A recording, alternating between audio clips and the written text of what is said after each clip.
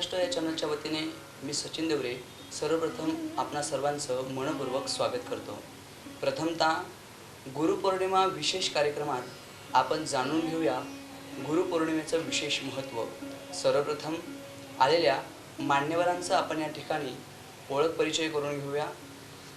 या ठिकाणी साहित्य क्षेत्रातले ज्यांनी प्राध्यापक सदाशिव सूर्यवंशी सर म्हणून ज्यांनी साहित्य क्षेत्रामध्ये कवी म्हणून सुद्धा मोठ्या टप्प्याने वाटचाल केलेली आहे। सर्वप्रथम त्यांच्याचकडून आपण त्यांचा परिचय जाणून घेऊया।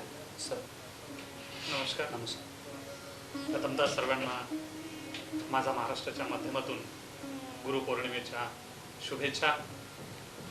मी प्राध्यापक सदाशिव सूर्यवंशी धुळे शहरातील SSUPS आर्ट्स कॉमर्स महाविद्यालयात मी कार्यरत असून अंकुर साहित्य संघाच्या माध्यमातून साहित्यिक कामकाज करत असतो। इकडच्या साईडला बसलेले असणारे एक आदर्श शिक्षक म्हणून ज्यांचा नाम उल्लेख होतो त्यांचा सुद्धा आधी आपण या ठिकाणी परिचय जाणून घेऊया। नमस्कार, मी सुनील ठाकरे धुळे येथे राजीव गांधी माध्यमिक विद्यालयात मी कार्यरत आहे आणि सर्वप्रथम मी आपल्या सर्वांतर्फे व माझ्यातर्फे गुरुपौर्णिमेच्या मी सर्वांना प्रथमतः शुभेच्छा देतो। आणि आज माझा महाराष्ट्र या चॅनलवर आम्हाला याच्यासाठी चर्चेसाठी बोलवलेलं आहे, त्याबद्दल मी त्यांचे प्रथमतः मनपूर्वक स्वागतही करतो आणि आभारही मानतो। नक्कीच गुरुपौर्णिमा विशेष कार्यक्रमात आपणा सर्वांचं पुनश्च एकदा मनपूर्वक स्वागत। चला तर गुरुपौर्णिमेचं विशेष महत्त्व जाणून घेण्यासाठी आपण आज या ठिकाणी सगळे उपस्थित झालेले आहात। भारतीय संस्कृतीमध्ये आजच्या दिवसाला अनन्यसाधारण महत्त्व दिलं जातं। ज्या पद्धतीने शाळा, कॉलेज, महाविद्यालय, गुरु शिष्य परंपरेत असलेले शास्त्रीय कॉलेज या अनेक ठिकाणी या गुरुपौर्णिमा या दिवसाला विविध कार्यक्रमांचं आयोजन केलं जातं, विविध कार्यक्रमांचं प्रयोजन केलं जातं। त्याच पद्धतीने माझा महाराष्ट्र या चॅनलच्या वतीने आपण समाजासमोर एक गुरु शिष्य या परंपरेतील आदर्श व्यक्तिमत्व या ठिकाणी जाणून घेऊया। सर्वप्रथम सर आपल्याला गुरुपौर्णिमेविषयी काही विशेष महत्त्व सांगतील। ज्या पद्धतीने गुरुर ब्रह्मा गुरुर विष्णू गुरुर देवो महेश्वरा गुरुर साक्षात परब्रह्म तस्मै श्री गुरुवे नमः। सृष्टीचे चालक, पालक आणि मालक म्हणजेच ब्रह्मा, विष्णू आणि महेश्वर ज्यांना आद्य मानलं जातं, त्या तिघही देवतांचं आद्यस्थान जर कुणाला दिलं जातं तर ते गुरूंना दिलं जातं। मग संप्रदायापासून चालत आलेली वाटचाल असेल, शिक्षक आणि विद्यार्थ्यापासून चालत आलेली वाटचाल असेल, ऋषी आणि मुनींपासून चालत आलेली वाटचाल असेल, देव आणि भक्त यांच्यात चालत आलेली वाटचाल असेल, या सगळ्याच नात्यांमधून आजच्या स्थितीमध्ये गुरु आणि शिष्य या परंपरेतील काही परस्परांचे संबंध आपण सरांकडून नक्कीच जाणून घेऊया। खरं पाहिलं जर गेलं तर गुरुपौर्णिमा हे एक आपल्या चॅनलच्या माध्यमातून एका कार्यक्रमाच्या माध्यमातून लोकांपर्यंत हा संदेश जातोय गुरुपौर्णिमेचा। आणि तोपर्यंत आज समाजामध्ये बऱ्यापैकी लोकांना ज्ञात नसतं की गुरुपौर्णिमा कधी असते, गुरुपौर्णिमेचं महत्त्व काय आहे। प्राचीन काळापासून जर आपण गुरुपौर्णिमेचा विचार केला तर वेदांची निर्मिती करण्यापासून तर महाभारतासारख्या महान ग्रंथांची निर्मिती करणारे महर्षी व्यास यांना आद्य गुरु म्हणून संबोधलं जातं। आणि त्यांचा जन्मदिवस शिवाय याच दिवशी भगवान बुद्धांनी सारनाथ इथं आपल्या विचारांचं देखील प्रवचन केलं होतं आणि त्या कारणाने देखील आणि महर्षी व्यासांचा जन्मदिवस म्हणून आजचा हा गुरुपौर्णिमेचा दिवस साजरा केला जात असतो। आता गुरुपौर्णिमा म्हटल्यानंतर आपल्या नजरेसमोर एकच गोष्ट येते, जे गुरु आणि शिष्य। एकतर अलीकडच्या काळात शिक्षक आणि विद्यार्थी, परंतु गुरु आणि शिष्य हे नातं फक्त एका जिवंत व्यक्तीपुरतं मर्यादित नाही, तर पुस्तक असतील, ग्रंथ असतील किंवा एखादी घटना असेल किंवा हा निसर्ग असेल, तो आपला गुरु असू शकतो आणि आपण त्याचे विद्यार्थी म्हणून आज चांगल्या पद्धतीने जसं उदाहरण जर आपण घेतलं की श्रीकृष्ण असतील, सांदीपान आणि द्रोणाचार्य आणि अर्जुनाचं उदाहरण तर नेहमीच घेतलं जातं, मात्र द्रोणाचार्य आणि एकलव्याचं उदाहरण घेत असताना त्या ठिकाणी द्रोणाचार्यांचा पुतळा उभारून एकलव्याने जे काही शिक्षण घेतलं तर त्या ठिकाणी जिवंत गुरु असणं तेवढं बंधनकारक त्या ठिकाणी राहिलेलं नाही। म्हणजे एखादी वस्तू, निसर्ग किंवा ग्रंथ यांच्या माध्यमातूनही गुरु शिष्याचं नातं जुळू शकतं। आता गुरु शिष्याची ही परंपरा खूप पूर्वापार चालत आलेली आहे अलीकडे तिला जरी सीमित रूप आलेलं असलं तरी प्रथमतः आपला गुरु आपली आई असते, वडील असतात आणि नंतर मग समाजाच्या माध्यमातून आपण शिकत असतो आणि समाजाची ज्यावेळेस ओळख होते लहान बालकाला त्यावेळेस तो मग अलीकडच्या शाळांमध्ये आणि शाळांचं स्वरूप पाहता पुढे जे काही अत्याधुनिक म्हणजे तंत्रज्ञान आपण स्वीकारतोय ते देखील आज आपल्या गुरुच्या माध्यमातून आपल्यासमोर उभं राहिलेलं असं मला वाटतं. नक्कीच आपल्याला या ठिकाणी सरांनी सांगितलं की पूर्वापारपासून चालत आलेली गुरु शिष्य नात्याची ही परंपरा, यात भगवान श्रीकृष्ण, सांदीपान, अर्जुन, एकलव्य अशी अनेक उदाहरणं सरांनी आपल्याला या ठिकाणी जिवंत आणि प्रज्वलित डोळ्यासमोर मांडली. तरीसुद्धा त्याच पद्धतीने आजही प्रथमतः आई वडील हे आपले पहिले गुरु असतात, आद्य गुरु असतात आणि त्यानंतर मग विद्यार्थी आणि मग शाळेतले शिक्षक, अशा पद्धतीने गुरु शिष्याची ही वाटचाल कशा पद्धतीने वाढत जाते याबद्दल आता आपण पुन्हा सरांशी जाणून घेऊया. आपल्या भारतीय संस्कृतीमध्ये गुरु शिष्य या नात्याला अनन्यसाधारण महत्त्व आहे. आपण शालेय जीवनापासून बघतो, आपल्या कुटुंबापासून बघतो, तर सगळ्यात महत्त्वाचं म्हणजे आपला गुरु असतो. जसं सरांनी सांगितले की आई वडील हे आपले आद्य गुरु आहेत, त्याच्यानंतर आपल्याला शाळेत शिकवणारे जे गुरुजन आहेत ते नंतरचे गुरु आपले आहेत. परंतु गुरूंशिवाय विद्यार्थ्यांचं सर्वांगीण शिक्षण हे पूर्ण होऊ शकत नाही. तर विद्यार्थ्यांना संपूर्ण शिक्षणाच्या माध्यमातून जर आपण विचार केला तर गुरूंच्या माध्यमातून सामाजिक शिक्षण, त्यांचं भावनिक शिक्षण, त्यांचं आध्यात्मिक, या सगळ्या सर्वांगीण विकासासाठी गुरु हा अत्यंत अतोनात प्रयत्न करत असतो आणि त्याच्या माध्यमातून विद्यार्थ्यांना घडत असतो. गुरु म्हटला म्हणजे एक तेजपुंज असा तारा आहे, तर त्याच्या माध्यमातून नक्कीच शिष्य हे चांगल्या पद्धतीने एक बनत असतात आणि त्याच्या माध्यमातून जर आपण पाहिलं या समाजामध्ये आपण अनेक अशी उदाहरण बघतो. सचिन तेंडुलकर सारख्या जगप्रसिद्ध अशा क्रिकेटरांनी जेव्हा सांगितलं गुरु शिष्य या नात्यावर, त्यांचे गुरु आचरेकरांच्या बाबतीत त्यांनी इतके गौरवास्पद उद्गार केले की मी आज जे काही बनलो ते माझ्या गुरूंमुळे बनलेलो आहे. तर यांच्या एवढ्या मोठ्या माणसांच्या या शब्दांवरून आपल्याला असं जाणवतं की गुरु शिष्य या नात्यामध्ये तर गुरूंची खरंच अहम अशी भूमिका आहे आणि विद्यार्थीसुद्धा ते मानतात आणि विद्यार्थ्यांना तेवढं घडवलं जातं, विद्यार्थ्यांवर तेवढे संस्कार टाकले जातात आणि आज भारतीय संस्कृतीमध्ये सगळ्या शाळेंमध्ये या समाजाला गुरु शिष्य नातं हे अत्यंत पवित्र असणं गरजेचं आहे. आणि या माध्यमातून जर आपण अजून बघितलं तर पूर्वी जे गुरु शिष्याचं नातं होतं त्यात आज थोडासा बदल निश्चित जाणवतो आहे. आजच्या विद्यार्थ्यांमध्ये सर बघितलं तर फारसं महत्त्व गुरूंना कुठेतरी थोडासा फरक पडायला लागलेला आहे. जे पूर्वी दिलं जायचं ते आज एवढं म्हणायसारखं दिलं जात नाहीये, कारण की त्याचा हा सर्व वातावरणाचा हा फरक हा विद्यार्थ्यांवर निश्चित जाणवतोय. परंतु तरीसुद्धा शालेय माध्यमातून शिक्षक हा अतोनात प्रयत्न करत असतात की विद्यार्थ्यांवर सर्वांगीण विकास करण्यासाठी, त्यांच्या भावनिक विकास करण्यासाठी व त्यांच्या विविध आता विषय आलेले आहेत, हे विविध विषयांच्या माध्यमातून सुद्धा शिक्षक भरपूर असे प्रयत्न करतात आणि विद्यार्थ्यांना या 21व्या शतकावर एक प्रचंड असा प्रबळ असा मनुष्य बनवण्याचं कार्य आज शिक्षक करत आहेत. नक्कीच सर, या ठिकाणी 21व्या शतकामध्ये वाटचाल करत असताना सुद्धा की शिक्षक हे विद्यार्थ्याच्या प्रत्येक बोट पकडण्यापासून तर उंचाच्या प्रत्येक उंचीपर्यंत पोहोचवण्याचं काम हे एक गुरुच्या रूपाने शिक्षक करत असतात. पण निश्चितच बोलताना सर आपल्याला म्हणालेत की पूर्वीच्या शिष्य आणि गुरु या परंपरेमधून किंवा गुरु शिष्य या परंपरेमधून आत्ताच्या गुरु शिष्य परंपरेमध्ये निश्चितच बदल झालेला दिसतो. तर साहित्य क्षेत्रामधून मी सरांकडून जाणून घेऊ इच्छितो की पूर्वीच्या आणि आत्ताच्या गुरु शिष्य परंपरेमधील बदल ते आपल्याला सांगू शकतात. एकतर गुरु शिष्य परंपरा ही पूर्णतः बदललेली आपल्याला दिसते. मग ज्यावेळेस आपण शिष्य, विद्यार्थी किंवा आजचा तरुण याच्याकडे ज्यावेळेस पाहतो तर आपल्या दृष्टीस एक गोष्ट मात्र नक्की पडते की आधी जो विद्यार्थी शिक्षण घेण्यासाठी घरापासून लांब रानात जंगलात जायचा, आज मात्र तो 4 भिंतीच्या वर्गात जरी शिकत असला तरी देखील प्रगत तंत्रज्ञान त्याला कुठेतरी या परंपरेतून एक वेगळं नेण्याचा किंवा त्याला वेगळ्या सवयी या माध्यमातून लागताना दिसतात.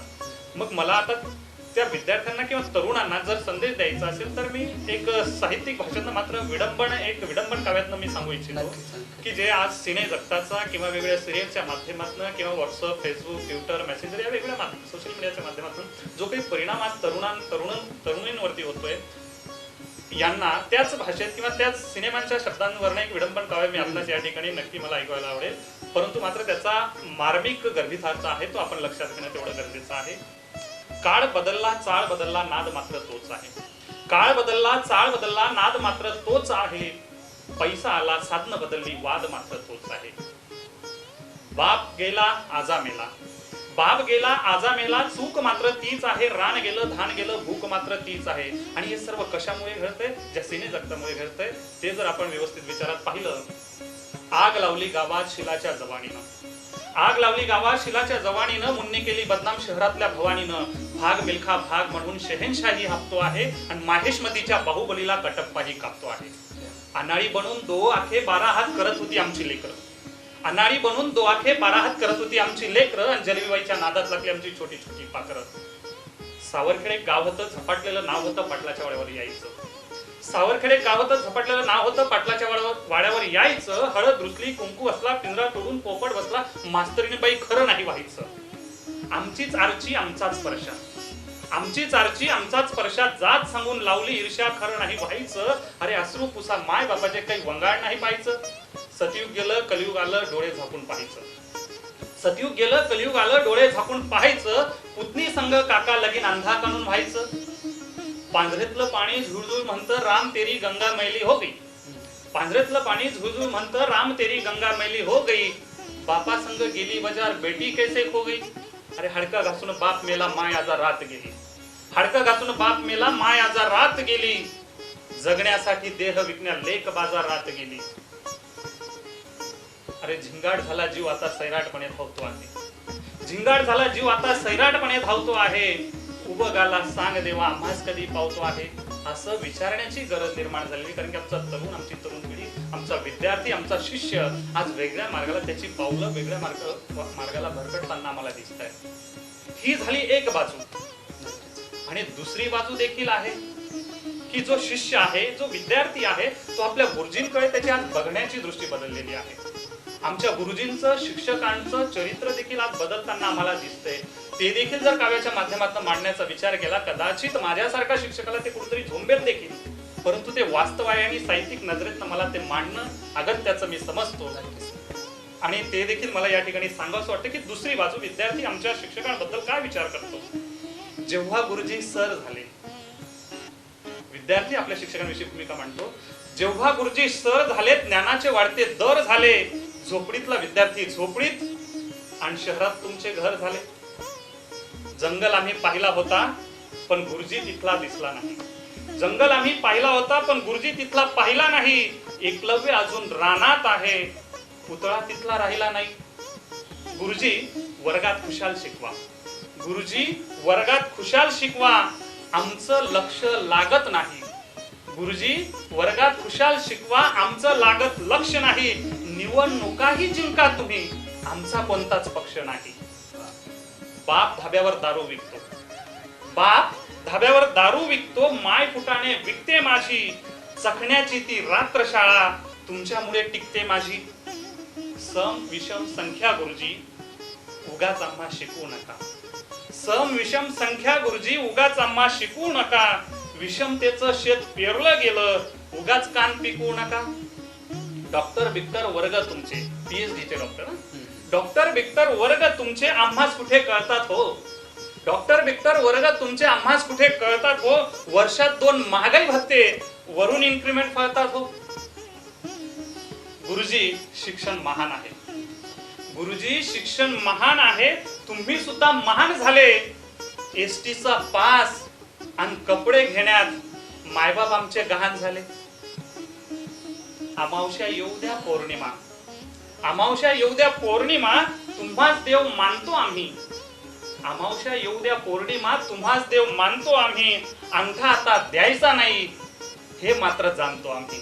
अंगठा आता द्यायचा नाही हे मात्र जाणतो आम्ही. हे आता आजचा शिष्य, आजचा विद्यार्थी आपल्या शिक्षकांना, आपल्या गुरुजींना ठणकावून सांगण्याची त्याची आज जी काही तळमळ आहे ती या काव्यातनं मी आपणासमोर मांडलेली. आणि विद्यार्थ्याला कुठं तरी हे काहीतरी बोचतं. जो आमच्या शिक्षकाची पावलं देखील जसा विद्यार्थी भरकटताना दिसतोय, तशी आमची पावलं देखील कुठेतरी वेगळ्या वाटेने जाताना दिसत आहेत. आणि हे चित्र वास्तववादी असं मला वाटतं. नक्कीच सरांनी या ठिकाणी आपल्याला ज्या पद्धतीने सरांनी सांगितलं की 21व्या शतकामध्ये गुरु आणि शिष्याचं नातं हे पूर्वीपारपासून चालत असलेलं आता तरी कुठेतरी बदललेलं दिसतं, त्याच पद्धतीने सरांनी एका विडंबन क्षेत्रामधून, एका काव्य क्षेत्रामधून, एका साहित्य क्षेत्रामधून आपल्या समोर निश्चितच त्यांचं जे साहित्य आहे ते आपल्यासमोर मांडलं आहे की कशा पद्धतीने गुरु शिष्य या परंपरेत आपल्याला बदल झालेला दिसतो. एवढंच नाही तर गुरु शिष्य परंपरेत बदल झालेला तर दिसतोच, पण एक शिष्य हा गुरुच्याकडे कोणत्या अस्मितेने आता बघतो ते सुद्धा शालेय जीवनाच्या माध्यमामधून, एका विडंबनाच्या माध्यमातून सरांनी आपल्याला खूप सुंदर या ठिकाणी पटवून दिलं. नक्कीच सर, आजच्या 21व्या युगामध्ये देखील जरी गुरु शिष्य या परंपरेचं बदललेलं नातं आपल्याला दिसतं, तरी मी सरांशी जाणून घेऊ इच्छितो की तरी याच नात्यामध्ये पूर्वीपार चालत असलेले संत ज्ञानदेव असतील, संत निवृत्तीनाथ असतील, जगद्गुरु तुकोबाराय असतील, जगद्गुरु छत्रपती शिवाजी महाराज असतील, अनेक पूर्वीपारपासून चालत असलेली नाती याबद्दलचं गुरु शिष्य या परंपरेतील सर आपल्याला काही सांगू शकता का? आज पूर्वीच्या जसं त्या पद्धतीने तुम्ही सांगितलं की पूर्वीपासून जे काही गुरु शिष्य नात्याच्या संदर्भामध्ये आणि आजचं गुरु शिष्य नात्याच्या संदर्भामध्ये ही जी तफावत आहे ती काळानुरूप थोडीशी बदलणार आहे. पण तरीसुद्धा आज जर आपण बघितलं तर नवीन अभ्यासक्रमाच्या माध्यमातून म्हणा किंवा हे बदलत्या जगाच्या माध्यमातून म्हणा, तर निश्चितपणे विद्यार्थ्याला मात्र ही जाणीव ठेवावी लागणार आहे की आपलं करिअर बनवण्यासाठी आपल्याला गुरूंशिवाय पर्याय नाही आणि त्यात गुरूंसोबत राहून आपल्याला खूप काही यशाचं शिखर गाठायचं आहे. हे विद्यार्थ्याने ते अंगी बाणवावंच लागणार आहे, कारण की विद्यार्थ्यांमध्ये जर ते गुण आपल्यामध्ये अंगी बाणवतील तर त्या पद्धतीने ते कार्यरत राहतील आणि त्या पद्धतीने ते यशाचं नक्कीच शिखर गाठल्याशिवाय राहणार नाही. जर गुरूंबद्दल जर त्यांची आत्मीयता मनामध्ये राहिली तर त्यांच्या मनामध्ये निश्चितपणे संस्कार सुद्धा हे साहजिकच उपलब्ध होणार आहे आणि त्याच्या माध्यमातून गुरु जसं म्हटलं जायचं, गुरु हा सर्वांगीण आहे, गुरु हा जणू काही कुबेराचा साठा आहे, गुरु बिना नाही ज्ञान, असं ज्या काही पूर्वपात म्हणी आलेल्या आहेत त्या खरोखरच मला तरी वाटतं की गुरूंबिना शिक्षण जे आहे ते समाजाला अपूर्णच आहे. म्हणजे नक्कीच सर आपल्याला या ठिकाणी सांगू इच्छितात, गुरु हा संत कुळीचा राजा, गुरु हा प्राण विसावा माझा, गुरु विन देव नाही दुजा पाहता त्रिलोकी. या त्रिलोकामध्ये गुरुसारखा दुसरा तिसरा कोणीही दैवत आपलं असू शकत नाही. म्हणून निश्चितच आपल्याला सरांनी या ठिकाणी सांगितलं की विद्यार्थ्याची, शिष्याची जर खऱ्या अर्थी सर्वांगीण विकास पाहिजे असेल तर त्याला गुरूंच्या सानिध्यात राहणं हे अत्यंत गरजेचं आणि आवश्यक बनलं आहे, हे आपल्याला या ठिकाणी सरांनी आपल्याला पटवून दिलेलं आहे. तर निश्चितच सर, आजच्या काळामध्ये शालेय जीवनातल्या गुरु आणि शिष्य या परंपरेतलं तुम्ही विडंबनाच्या माध्यमातून तर आपल्याला जाणून सांगितलंच आहे, परंतु आज आपण गुरु शिष्य विशेष कार्यक्रमामध्ये, गुरुपौर्णिमेच्या विशेष कार्यक्रमामध्ये आपण समाजाला किंवा शिष्य आणि गुरु या दोघी नात्यांना काय संदेश देऊ इच्छिता? गुरु आणि शिष्य हे नातं पूर्वापार चालत आलेलं आहे आणि यापुढे ते चालेल तरच विद्यार्थी हा पूर्णता घडवू शकतो. कारण की यंत्राला आपण गुरु मानलं तर आपल्या भावना जी अटॅचमेंट आपण म्हणतो एक दुसऱ्याची, गुरु शिष्याची, ती यंत्राशी आपली होऊ शकत नाही. यंत्रावर आपण ज्ञान प्राप्त करू शकतो, परंतु आपलं परिसरातील किंवा आपल्या कुटुंबातील किंवा माझ्या मानसिकतेमध्ये काय विचार चालतात, काय घालमेल आहे, माझी परिस्थिती कशी आहे, मी कुठल्या वातावरणात आलोय, कसं शिक्षण घेतोय, आणि या सर्व गोष्टी एक व्यक्ती समोर असताना गुरुच मला जाणून घेऊ शकतो. आणि त्या पद्धतीने गुरुवरती आपली निष्ठा ही अढळ असली पाहिजे, कारण की गुरु हा एकमेव असा घटक आहे जो अलिखित अशा स्वरूपाचा एक संस्कृतीचा वारसा जोपासणारा एक व्यक्ती म्हणून त्याच्याकडे पाहिलं जातं. आणि कुठलाही व्यक्ती चुकला तर त्याचं, ज्याला आपण दोष म्हणतो, त्याचा दोष त्याच्या गुरुपर्यंत पोहोचत असतो. कारण की आपण वर्गातल्या विद्यार्थ्याला सहज सांगतो किंवा घरी तो विद्यार्थी आल्यानंतर आई वडील किंवा आजूबाजूची मंडळी त्याला सहज सांगते एखादी गोष्ट त्याची चुकली तर, अरे तुझ्या शिक्षकाने, तुझ्या सरांनी तुला असं शिकवलं का, तुझ्या गुरुने असं शिकवलं का. म्हणजे गुरु हा अलिखित स्वरूपाचा असा संस्कृतीचा एक वारसा आहे, तो वारसा जोपासणारा आहे. आणि त्याच्याकडे एक उद्याचा चांगला नागरिक घडवण्यासाठी गुरुकडे आपली अढळ निष्ठा हे असणं शिष्याने ती ठेवावी. आणि गुरु देखील एक शिष्य आपल्यापेक्षा कसा मोठा होईल किंवा माझा शिष्य हेच माझं सर्वस्व, असं एका गुरुची भावना देखील असायला हवी. अशी एक माफक आपण संदेश या ठिकाणी देऊ शकतो. सरांनी आपल्याला गुरुपौर्णिमा विशेष कार्यक्रमातून निश्चितच या ठिकाणी संदेश सुद्धा दिलेला आहे. गुरु आणि शिष्य या दोघी नात्यांना एक अनोखा असा संदेश आपल्याला सरांनी दिलेला आहे. परंतु गुरु ही एक अशी तिमीर आहे जी अंधारामधून प्रकाशाकडे घेऊन जाणारी एक तेजस्वी अशी तिमीर आहे. आपल्याला सरांनी निश्चितच सांगितलं की गुरु हा एक तेजस्वी तारा आहे. या ताऱ्याविषयी समाजाला आजच्या कार्यक्रमामधून सर काय उपदेश देऊ इच्छिता? आजच्या कार्यक्रमात जसं आता सरांनी सांगितलं की उपदेश देण्यापेक्षा आज ही अंगी बांधण्याचीच नक्कीच आपल्याला अंगी बांधावं लागणार आहे. नक्कीच ते आपण आपल्याला अंगीकारलं पाहिजे. अंगीकारलं पाहिजे आपण ते. कारण की गुरु शिष्य नातं हे जसं आपलं आई वडील आहे, जसे आपले गुरु आहेत, तसं समाजाचं सुद्धा आपण त्याच पद्धतीने स्वीकार करावा आपल्याला लागणार आहे. हे विद्यार्थ्यांनी अंगी बांधावं लागणार आहे. कारण की आज जर पाहिलं तर आज समाजात अतिशय परिस्थिती वेगळी पाहायला मिळते. तर विद्यार्थी आणि शिक्षक यांचं नातं ज्या वेळेस अतिशय चांगलं राहील, ज्या वेळेस अतिशय चांगल्या नात्याचं फलित हे आपल्याला समाजामध्ये निश्चितपणे दिसून येणार आहे. त्याच्यामुळे गुरु आणि शिष्य याचं नातं अत्यंत पवित्र राहणं गरजेचं आहे आणि त्याचा इफेक्ट आज समाजावर नक्कीच होणार आपल्याला पाहायला मिळणार आहे. नक्कीच या ठिकाणी आपल्याला सरांनी सांगितलं. म्हणून गुरुपौर्णिमा या विशेष कार्यक्रमामध्ये मी पुनश्च आपणा सर्वांचं स्वागत करतो आणि याच ठिकाणी थांबतो. नमस्कार. नमस्कार.